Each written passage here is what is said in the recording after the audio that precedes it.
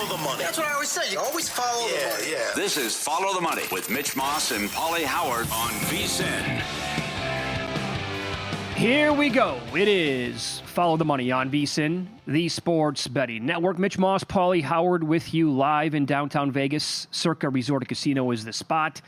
Here on a very busy Tuesday afternoon in late November. Among the guests today, RJ Choppy from The Fan in Dallas, talking about the big Turkey Day clash. Cowboys, Chiefs, Paul Stone, college football in 90. Glenn Clark covers the Ravens.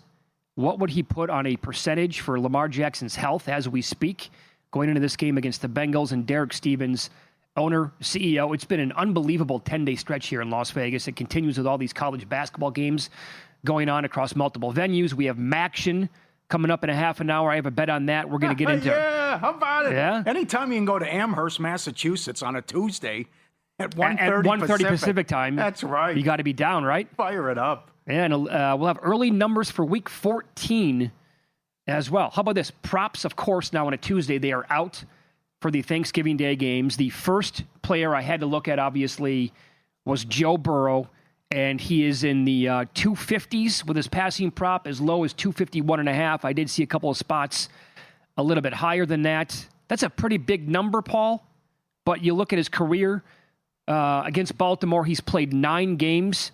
On average, 299.9 yards per game, 21 touchdowns, 5 INTs. He has had outstanding numbers against this Baltimore team.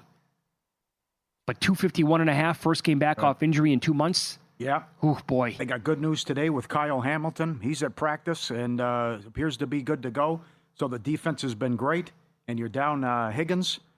So you're right about the rust and that bad offensive line, and a great nightcap as well. An awesome job by the books to have all this stuff up and the creativity with all the props and the 3 games and most rushing, receiving, all that. The kicking props are unreal. Most yards by a tight end.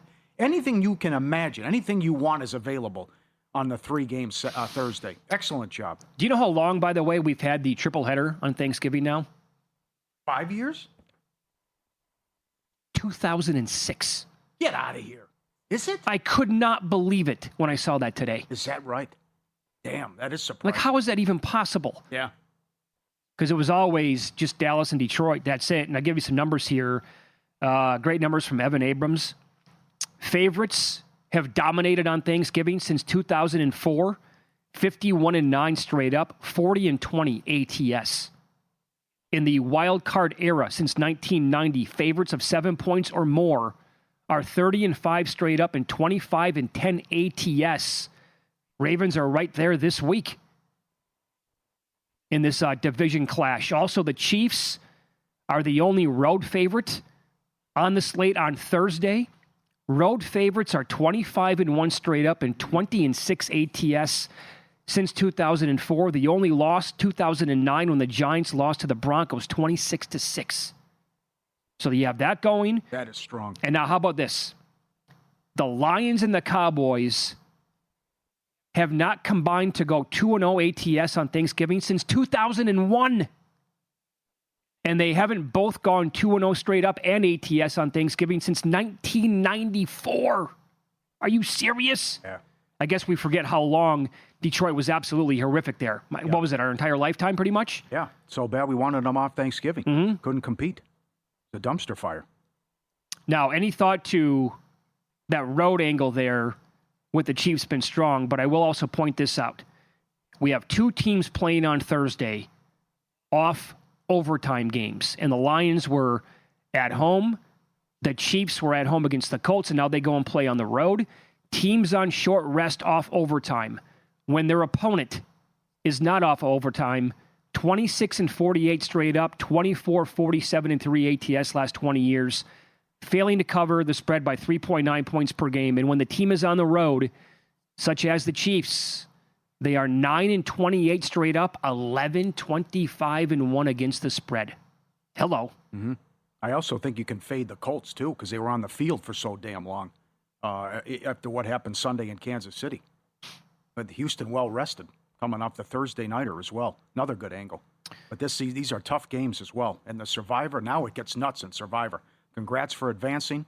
Almost 300 people had him here, and then a couple people still alive in the Westgate that were on him. I mean, now it gets wild with these 4 games. If there's an upset and how many people will step. I still think there's going to be quite a few people who all along the plan was to use Kansas City because Dallas was so bad defensively, and they figured the Chiefs were a good look there, and now maybe they pivot or they still stick Kansas City on there because they've already used Baltimore, and maybe they already blew Philadelphia. Yeah. How many teams do you think, well, 82% I think are on the Eagles so far, or remaining? Have left, yes. Yeah. So how many teams in the circa pool, 900 people left, how many teams do you think will be used on the combination there for Thursday and Friday?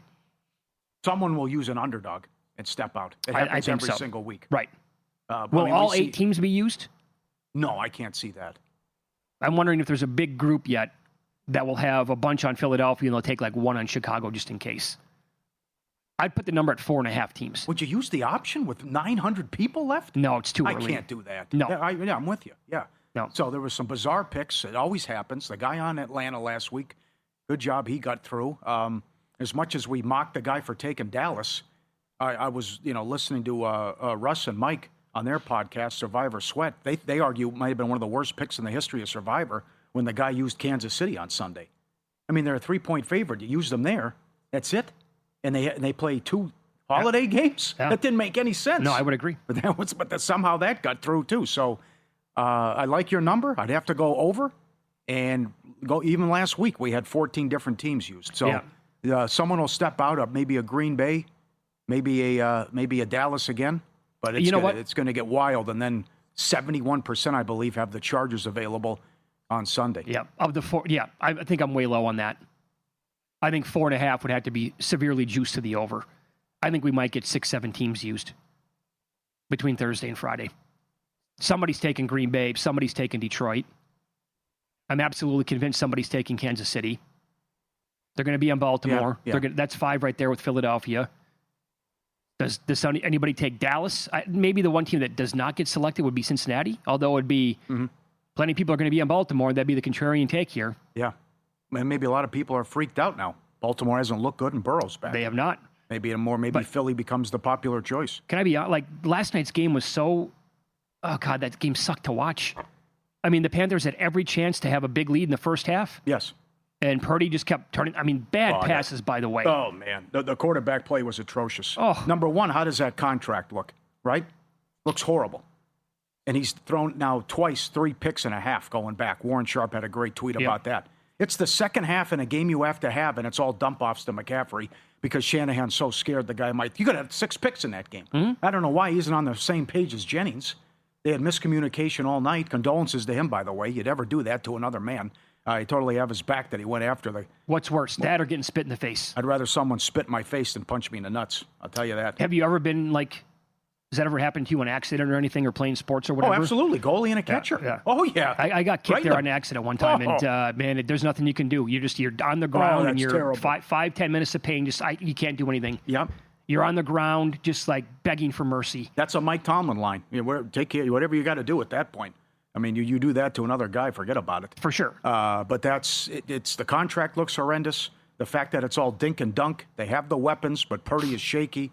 I mean, these passes longer than 15 yards. It's ridiculous. And shame on the Atlanta Falcons, who somehow allowed Bryce Young to throw for 400 yards on him in their house in a must-win. Well, good luck figuring out half the teams in the league. Sure. The whole thing is Charlie checkdown with Bryce Young. Yeah, but also good job, I guess, by Robert Saleh last night. Yes. And Young was not helped out by McMillan. I know he had the nice touchdown, but some bad drops there from him. That's correct, yes. Did not have a good game, in my opinion, at all. Dowdle had 6 carries in the game. He's not right. I would agree. Got dinged up. He hasn't been the same a couple weeks ago.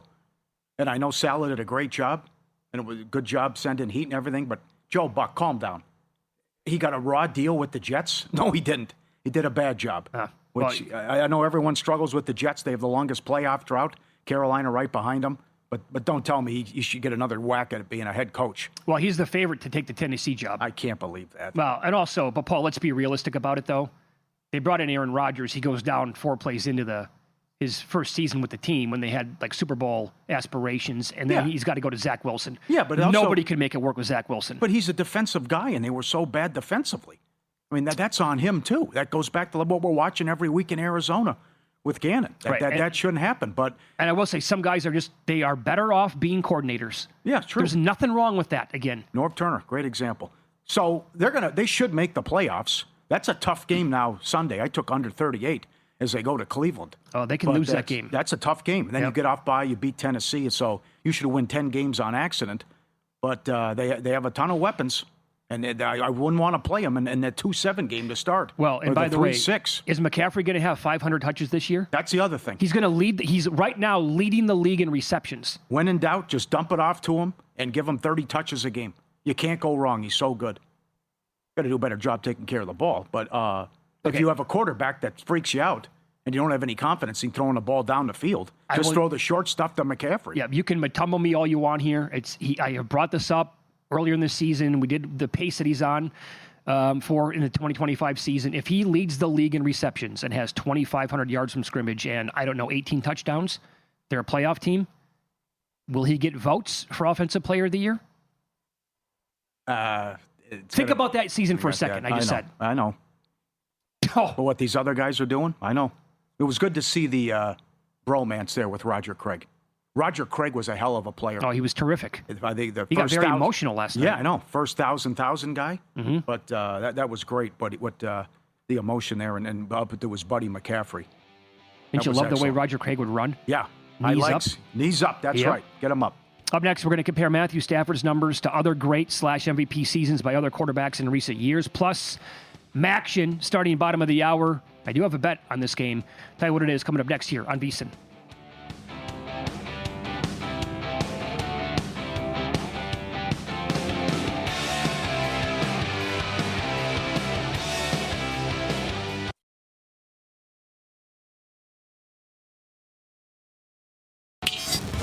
This is Follow the Money on VSiN.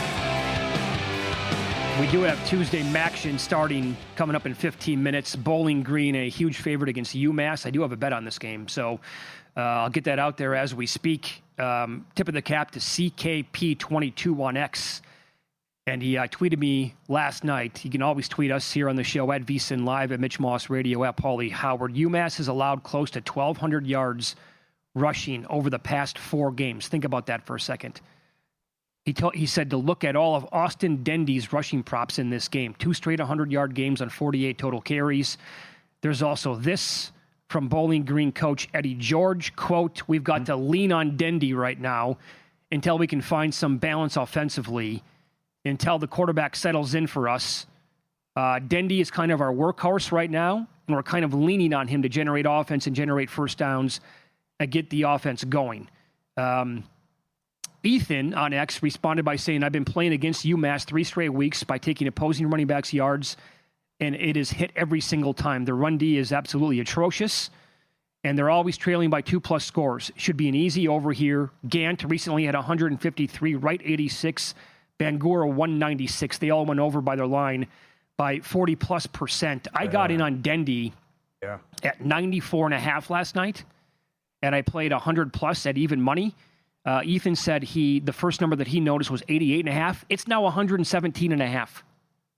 And some spots have it 120.5. Yeah, great angle. So just give him 25 carries, and let's have it by halftime here and have a good one. Yeah, and you can get creative with the ladders as well. Those are great quotes. Yep. The other one, I know Adam Burke up at VSiN.com.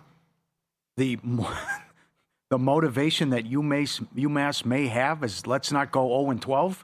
But I think that ship has sailed. I think they want this season. How many people are going to be at this game? I go over under 400. I'd say fewer than these college basketball games being played out here in Las Vegas. A 4:30 local kick on a Tuesday right before Thanksgiving. But Adam Burke also said it's the lowest power-rated team he's ever had since he's been doing this. Bowling Green. Remember, UMass took money a couple weeks ago, and they got routed by Northern Illinois. So 14 and 44.5. And you got to ladder him with the rushing yard props. They've only been in 2 games. Bryant. They lost to Bryant. Right. That's one. But I throw that out. They were in the Buffalo game. They lost by 7. Every other game they've been just utterly destroyed and just embarrassed. And even Iowa almost put up 50 on them. So when a rushing yards prop has moved almost 30 yards, what would be the advice? Probably stay away at this point. However, if you wanted to get involved right now and maybe do the ladders, go like 125+, 150+, He's like 260 to score a touchdown. I don't know. So I know I have a buddy who this morning was laddering all the way up to 150 plus. So maybe that's something. If you just think that he's going to get like 30 carries here in the spot, have a little Tuesday action, I wouldn't say it's a terrible idea. That's good. And then we have movement in the late game. Western Michigan up to 10. It's the win and in angle. Good team, but also they won 7 of 8. But also people know this now. If they win, they make the MAC title game. So they're 10 now on the road against Eastern Michigan, and they are hot and playing good ball. And if you missed the 7, you can't lay 10. So that thing continues to go up. All right. Looking at Matthew Stafford's numbers now on the year and comparing him to other quarterbacks who have had unbelievable seasons with their touchdown to INT ratio. He's 30-2 right now. 30 touchdowns, 2 INTs. The year that Aaron Rodgers had in 2020, going to be difficult to top. He had 48 touchdowns and 5 INTs. Like, that's just a sick gap between those two. Lamar Jackson last year had 41-4. How about the Nick Foles year? Oh, yes. Nobody ever got credit for that. Nick Foles, Chip Kelly, nobody did. But it happened. Yeah, damn right. 27 touchdowns, 2 INTs. Rodgers in 2011, 43-6. Lamar's first MVP year in 19, 36-6. Peyton Manning in 2013 with the Broncos, 55-10. Mahomes with the Chiefs in 18, 50 touchdowns, 12 INTs. So JVT and I recorded a Pod to the Futures today. The latest episode, it's going to be out anytime now, wherever you get your podcast. And I asked him if the season, if it was over with, like if this past weekend would have been week 18, what would you make the number on Matthew Stafford to win the MVP? I told JVT I'd make it like minus 5,000 or more. I put up a yes, no. Yeah. I'd put up Stafford, yes to win, like minus 5,000. I'd put the no at 20-1, and I would not even move the number, and I'd take as many bets as possible. Because everybody who wanted to bet the yes would lose, or the no would lose on that. Because Stafford would be unanimous, in my opinion. Yeah, I agree. And I'm surprised he's only $2 right now. Yep. So I guess there's a scenario where he goes to Seattle on that Thursday night and struggles. But why won't it continue Sunday against Carolina? And incredible numbers in the 27 to rip touchdown INT ratio that he's on as well. So we also got to see with May how he performs with down some key linemen. So there's a lot of weird stuff going on with that. And why the number isn't higher. McCaffrey, I think, should be higher for comeback, minus 120. And there's wild stuff going on with offensive player of the year, yes, because now it's almost a dead heat after what JSN has done every week. But yesterday, while we were on the air, he was 2-1 to break Megatron's record. Now he's plus 150 at DraftKings. At FanDuel, he's minus 195. Same bet to break the record. 195 plus 150, same bet. And he was 7-1 not that long ago. Would you still take plus 150? Boy. I think so, yeah. Yeah. I would have been, if this was available in Las Vegas, I would have been betting it the entire time. Just because what he's doing every single game, and they have no answer for him. I mean, when we've had on multiple Seahawks guests, and they say they're absolutely talking about this, they would love to get him the record. That's kind of a big deal. I would have been buying in, absolutely on that weeks ago.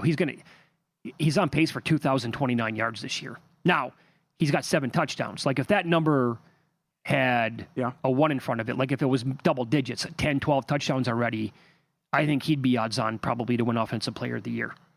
Taylor has a very difficult schedule coming up for the Colts. Yeah. And Steichen did not do him any favors this past weekend. I don't know why they abandoned the run late when the game was on the line. So that was a little perplexing to me. Yeah, and the Garrett money continues. 1,000 now, minus 1,000 Defensive Player of the Year. Yeah. If he didn't play another game, he still might win it. Yeah. That's how good the guy has been. Yes. Maybe not. But I mean, I would say that if he just said, like, I'm going to retire right now, I'm not going to play anymore, it would imagine the case that he would have through 12 games. 12 weeks to win that award still. That's how good that dude has been. And there are some other serious contenders on that list. I mean, Benito's phenomenal. Anderson and Hunter have been so good for Houston. Everybody up front for the Rams. The Rams now have the number 1 offensive DVOA and the number 1 defensive DVOA in the entire league.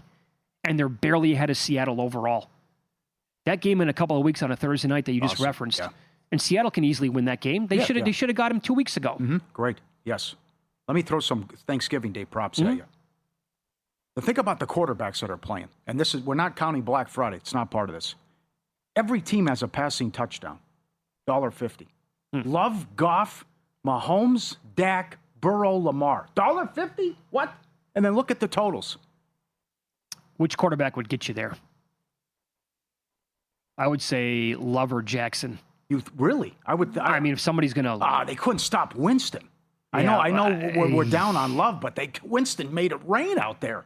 The trick plays, the gadget stuff, boom, right down the field to start. Robinson wide open. Did you notice that play calling, though, the Giants had? That was creative. Just said. LaFleur doesn't do that. No, he does not. I know. Every team to have a field goal plus 105. That's not bad. There's also longest total field goals made, and then you can bet distance of who will have the longest combined distance of all these kickers. It's not Aubrey, it's Butker who's ahead and the chalk with that prop. But when I looked at, I think I got to take the 7-1. Player to have the longest field goal on Thanksgiving. Loop is 7-1. He's only missed 2 kicks the whole season. They both are from 50+. But in what should be a high-scoring game in Dallas, you saw Schottenheimer likes to go for it. Mm-hmm. Maybe he passes on that stuff. A lot of this stuff is random. So there's only 3 games. You're giving me a 7-1 with a guy who hasn't missed between 40 and 49, and you're going to get plenty of chances, it figures, to go up and down the field against the Bengals? I thought 7-1 was a good price on this kid. What is Aubrey? Aubrey is chalk plus 220. Yeah. But this guy can't make a 46-yard field goal and holds up? Detroit, Green Bay could be an aerial circus? We're going to get a 60-yard field goal again on Thursday. Oh, come on. It happens almost every week. Oh, man. With only 3 games, I think they give you a 7-1 with a guy who's reliable and only missed 2. But those are great markets. The combined field goal made yards. Bucker the chalk, Aubrey's plus 350. But like you said, maybe he puts 255s in his pocket, and it's like, good luck. Not a subscriber yet. Your best chance. Black Friday specials live, $60. Full VSiN Pro access, everything we offer through May 1st. Every best bet, every host, every guest. The betting splits, DK, Cirque, and Bracco. And the AI-powered prop tools, 24/7 video as well. Best offer yet. Don't wait. VSiN.com/subscribe. Get it now. So just how good are the Cowboys in recent form? We'll kick that around with some best bets for Thursday next.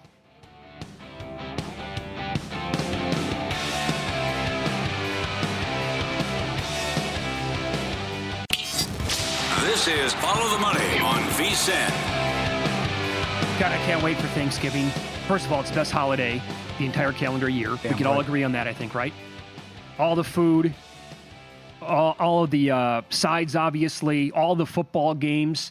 And this slate is as good as I can ever remember. And to talk about the middle game in Dallas, Cowboys and Chiefs, RJ Choppy joins the program now, 105.3 The Fan in Dallas, and he is on the Progressive Guest line. RJ, happy Thanksgiving week. Good to talk to you again. How are you?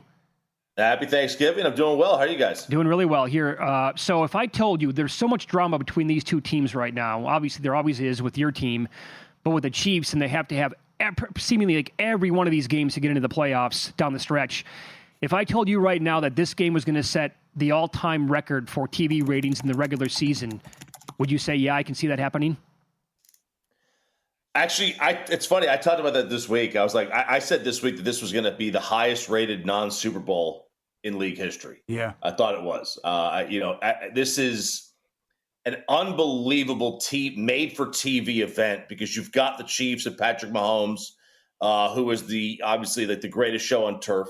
And then you got the Cowboys, who have a following that I don't think people really understand the depth of the following until they're actually immersed in it. And then you've got the fact that it's on Thanksgiving.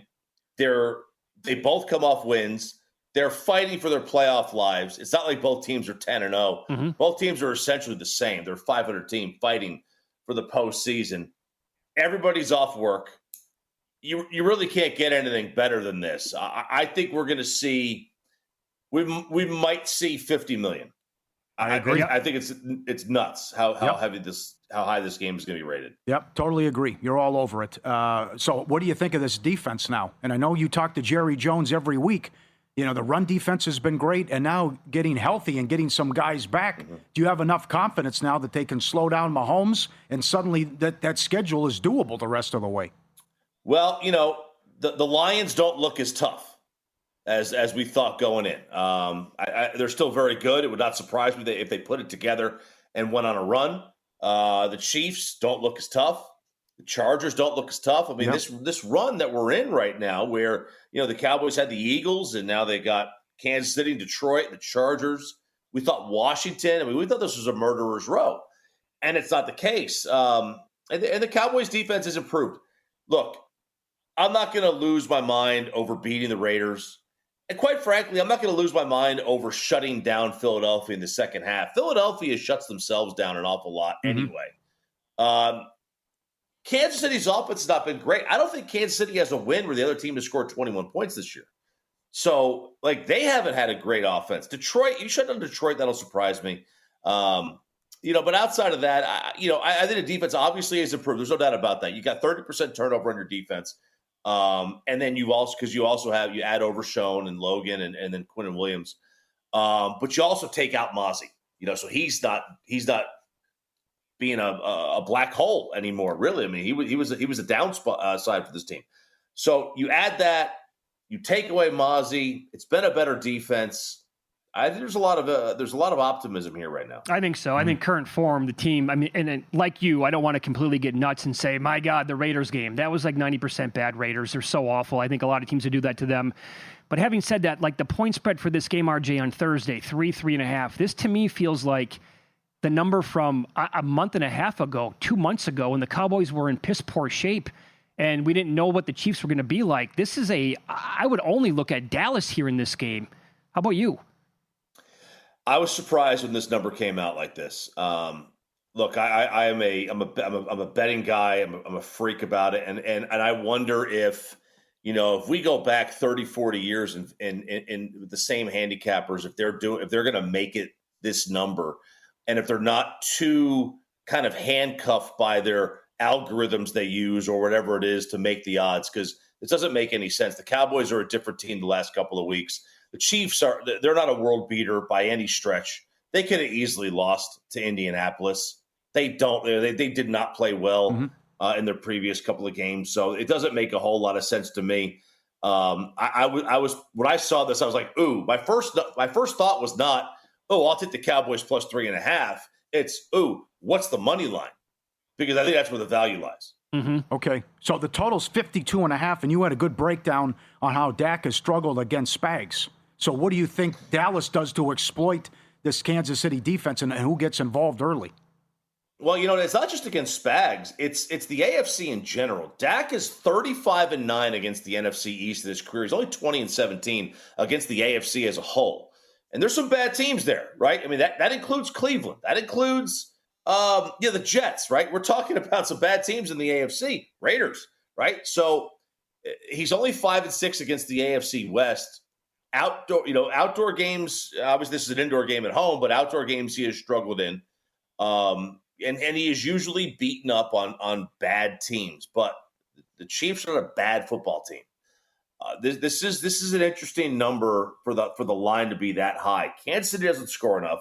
Cowboys defense has improved, and the Cowboys don't play great football outside of the NFC and the NFC East. Teams are not familiar with. So I think 52 is too high. Okay, so if I knew nothing about this team before the season started, and I watched every single one of their games beginning this year, I would say, my God, George Pickens is clearly their best weapon, and he is one of the best wide receivers in the entire league. He's still priced lower than CeeDee Lamb in the betting market for his player props. What do you make of that? I think it's just not caught up yet. You ask anybody around here now diehard Cowboy fans and the pom-pom waivers of CD fans, they'll be like, George's only getting this because CD is double teamed. Well, look, unless they start flipping it around and George gets double teamed, the same thing is going to happen. George Pickens is going to get his numbers. He has shown that he is a go up and get it football player, and the Cowboys haven't had that since Des Bryant. And I think George reminds me a lot of Plexico Burress, like his body style, the way he is He moves, his mannerisms just reminds me of Plexico Burress. He's been phenomenal, and I'm very surprised that his numbers are still below what CeeDee Lamb is. Maybe they're just protecting themselves and waiting for CeeDee to have a breakout game. But, in 11 games, George Pickens has 4 games of receiving yards over 130. I think CeeDee only has 9 in his whole career, and George has done this in 11 games. Very strong. Okay, so you would look at Dallas money line. Do you want to get completely nuts and take a number on the Cowboys to make the playoffs?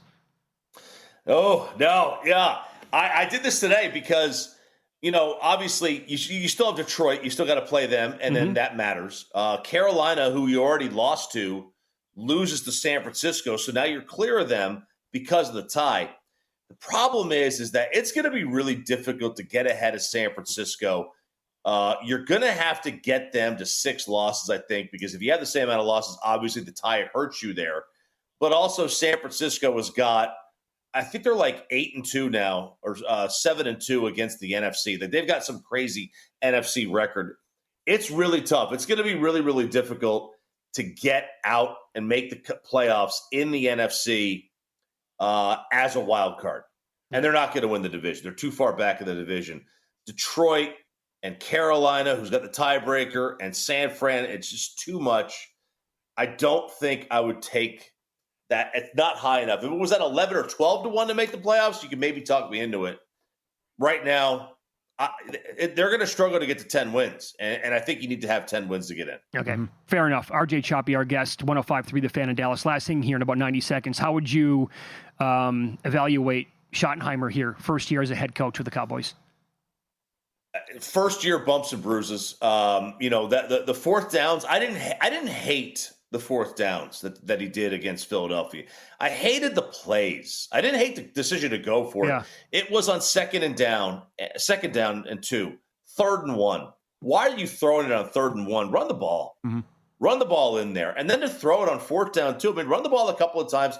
Take your chances. You got a 240-pound quarterback. You got a running back who has played well. You got an offensive line that likes to run the football. He's been, I think, obviously, look, they had the death of Marshawn Kneeland, and that was a very tough spot for this franchise to be in. He was the perfect guy. He's a culture guy. He's a family guy. I bet you he FaceTimed every single player that night that they found out. I guarantee you he did. That's the kind of guy he is. But, you are going to have some first-year coaching growing pains on the field, especially when you're calling plays. It speeds up for you. So, I would grade him. He's met expectations. I thought he was going to be pretty decent. He's probably been about a B. Yeah. But there's room to improve there for sure. Very good. You can follow RJ on X. He's at RJ Choppy. Catch him in the mornings on 105.3 The Fan in Dallas as well. Great spot as always, RJ. Thanks for the time. Happy Thanksgiving. Happy Thanksgiving, guys. Thank you. There you go. And he was on the Progressive Guest line. I haven't dabbled on the money line yet, but consideration for me. Yeah. I think that total's too high as well.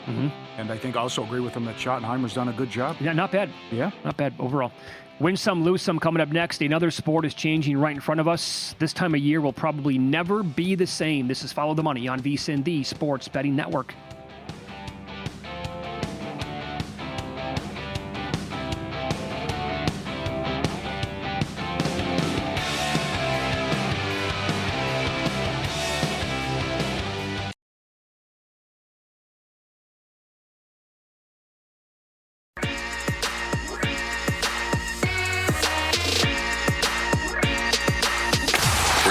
Last night? Wow, winning. Or was it a rough one? Well, they can't all be winners, can they? Loser! You're a loser! Pauly Howard recaps the night in sports betting in Win Some, Lose Some. All right, not much happened from a prop standpoint. An ugly game. First touchdown, Jennings 10-1. Alt under 40.5, 3-1. Never had a shot with the total. So a lot of unders came in with the player props. Yeah, from that standpoint, yes. Yeah. That could be a good thing. That's true. Pistons, 13 in a row. They won by 5. That ties a franchise record. They pick up another game on the Cavs. I jump in, guys. 1 seed division. We got plus 450 in pocket. What a story. How about this Eastern Conference Finals matchup? You can bet this at a couple of books. Uh-huh. How about Raptors-Pistons? No, that'd be crazy. I mean, Raptors keep winning, too. Yeah. +3 to -1. And the under, 235.5 to 231. 110.99 Raptors. Nuggets-Grizzlies over, 232 up to 236. 125 to 115. Did you see Joker? the half-court shot? Or? Like a regular jumper from half court, nothing but net. He's incredible. Rockets Suns under 232 to 223. 114.92 Rockets without Durant. Kings 4-1 on the money line. More on that coming up. Forgot to mention it yesterday. Ian Duncan does a great job updating this. The Washington Capitals goal in the first 10, 12 in a row. Got it again yesterday. Damn, that's strong. That is. Got a lot of good streaks.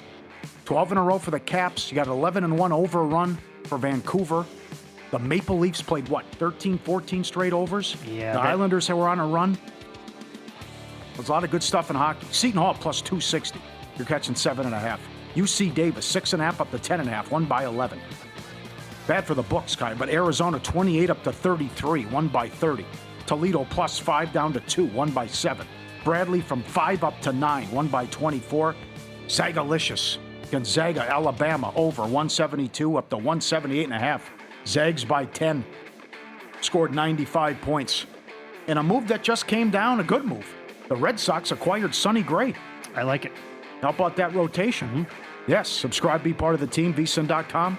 Our radio and podcast friends, you always want to see these tweets and videos. You guys have done an excellent job the last couple months. Send them in. We'll put you on. This is our friend Mike Sanderson, who was in town from Seattle. He plays this deal draw frenzy game, and he got dealt aces in a kicker. It's just 10 grand on the bottom alone. Remember, he got dealt the Royal on this game, and it was 60,000. He showed us the pictures. Yeah. It's a weird game that's hard to find, and he popped it at the D over the weekend. 15 grand, wow. Soup to nuts. There it is. Look at that. See at the bottom? It says we win 10,000 on the bottom. It's a crazy game. If you get dealt something, it goes up big time in value. And he once got dealt the Royale with cheese, which $1 Royale's 4 grand. He got 60 grand. He also won the Derek's Corvette years ago when we met him when he was in the drawings. Good guy. All right, nice hit. How about this? Give me the volume up. Dog wants his favorite toy at the store. You're being dramatic, my God. As the owner says, stop being dramatic. You can't have the toy, and then he shuts it down, starts howling, lays on the ground. Oh no, look at him. Look at him, just demoralized. No, you can't have it. He's grabbing for it. No. Throws the head back like that. Lays down, puts the head back, and starts howling. I can't get my way. Gotta get some of these. I was looking at this guy on Instagram. He takes all these American bullies to dog shows, and he's got 3 of them. Look at that dog. Awesome. Bench presses 250 pounds, I think. No kidding. Look at the guy behind him. Look at the guy on the right. Like, will you knock it off already? But also, look how low to the ground he is. Look at that fella. Great looking dogs. And he takes them to dog shows all the time. Got incredible videos there. Very good. Lose some Monday night, never chance. 45.5 up to 49.5 with the look ahead. Mavs Heat over 235.5 up to 241. I knew it. Hero comes back, jacks a ton of shots. Bam doesn't hit threes. They win the game, but it was low scoring. That guy is a chucker. Missouri, Kansas City over 146 up to 150. 2.5 no good. In Illinois from 27 up to 33.5. One bad beat. Timberwolves were laying 10. So if you had money line or anything, they did it again. They were up 8 with 2 minutes. Yeah. They blew it again. They were up 8 with 40 seconds over the weekend. Lost. They were up 8 with 2 minutes last night. They lost the game in overtime. They blew it in regulation. What is going on? Something to monitor here with that team, with big leads, obviously, to get involved in play. That is disastrous to go back. How do you not have the team's full attention after you blew the Phoenix game? How are you turning the ball over again? Uh-huh. Asinine. For the line move, sharp plays already there. Don't just follow the market. They help move it. They had Jennings' first touchdown last night. Advanced AI, trusted insider sources, active across NFL, NBA, MLB, and college hoops. We love him. Jeff's excellent. Been with Follow the Money since day one. The Mr. Poison shirts and tweets. Great sources. AI plays up 50 units. Sharpplays.com. Stay ahead of the line. Sharp Plays. Well, Bowling Green now got the ball back. One play, 87 yards, touchdown. They lead 13-0. Are you kidding? Not my guy either. It was a passing touchdown. Oh, man. So the guy I have a bet on, Austin Dendy, has 4 carries for 17 yards. There's a backup, Cameron Petaway. You could also bet on him. He was 33.5. He has a 34-yard carry. All right. To go over his prop already. They're 24.5 in play. What's the total here? 53.5. They might get that on their own if they want it. Just like UMass is, UMass just says that. Call it good. We go 0-12. That's it. Running clock, please. Running clock. Let's get out of here. Get ready for Thanksgiving. Hey, don't be afraid. If you've never seen the movie, I believe it holds up well. It's the best or my favorite Thanksgiving movie ever made. All right. Planes, Trains, and Automobiles. All right. How about this, Paul? Good call. Those aren't 2 pillows. It was released on this date 38 years ago. Is that right? What? Wow. 38 years ago that movie came out? You're killing me, Smalls. Okay, and then there's also this, the action going on. You got these holiday tournaments. It's turning into one big tournament now because it's the Players' Era turning out here in Las Vegas. They're playing out here in Las Vegas in front of 0 people. Have you seen these stands? It's embarrassing. You have awesome teams out here and nobody's going to the games. Yeah. This is only the tip of the iceberg. Jeff Goodman with a tweet last night. This is going to be a 32-team field next year. It's going to be broken up into 3 different weeks in Las Vegas. 16 teams the first week, broken into 2 different 8-team events. 16 teams the second week. Again, 2 different 8-team events. In the third week, the winners of the first 2 weeks will advance. What are we doing here? Maui's just going to go bye-bye. Nobody's going to go out there and play anymore. Yep. What a disgrace. I know Wes Reynolds was talking about it earlier today from here on VSiN on X. He was complaining about it. I said it's a shame. So. What do you expect in the Egg Bowl Friday? We're on the air Black Friday. We're looking forward to it. It'll be a great live betting show. So much going on. Bears, Eagles at the same time. Survivor implications, everything. But we'll pop the mics when we know what's going to happen, the outcome of the Egg Bowl. This is down to 7 now. I expect Miss State to give him a game the entire time. Yep. With a chance to win it if they're not pulling away late. I thought Pat Forty had a great line.